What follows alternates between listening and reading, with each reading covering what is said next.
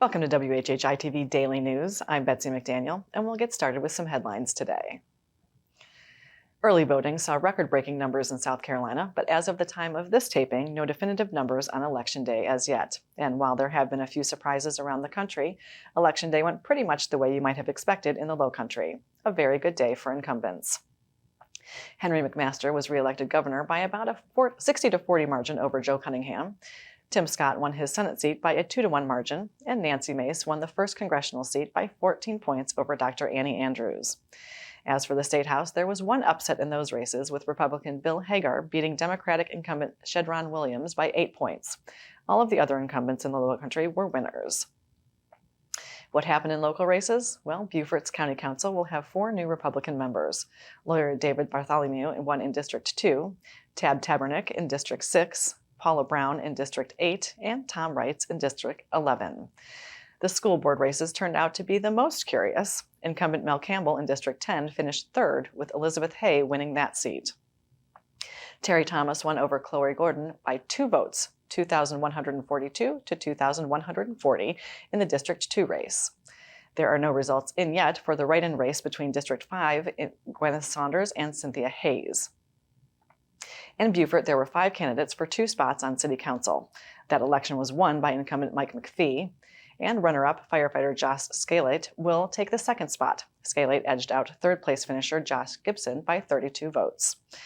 Anxious to hear who the mayor of Hilton Head will be? Well, you'll have to wait a little bit longer, as Island voters will be headed back to the polls in 2 weeks for a runoff between Joanne Orishak and Alan Perry, as neither reached a majority. Orishak received 44% of the vote, Perry 41.5%, about a 400-vote margin. In other Hilton Head races, Patsy Bryson won the Ward 2 seat by about 10 points. Ward 4 councilor Tammy Becker won the rematch with former councilmember Kim Likens by about 8 points. And former Shaker Heights, Ohio Mayor Steve Alfred won the Ward 5 seat when opponent Chuck Dowd withdrew.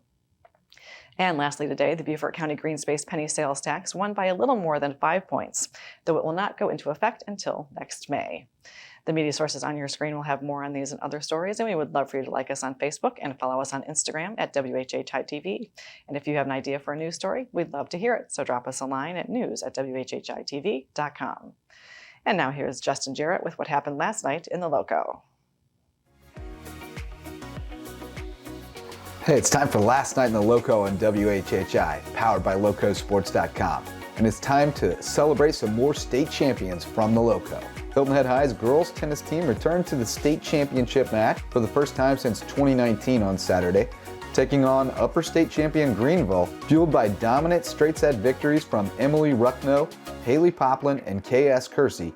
The Seahawks held a 3-2 advantage after singles, and Hilton Head swept doubles with the second duo of Jessica Steger and Haley Cruz clinching a 5-2 win and another state championship for the Seahawks and the Loco.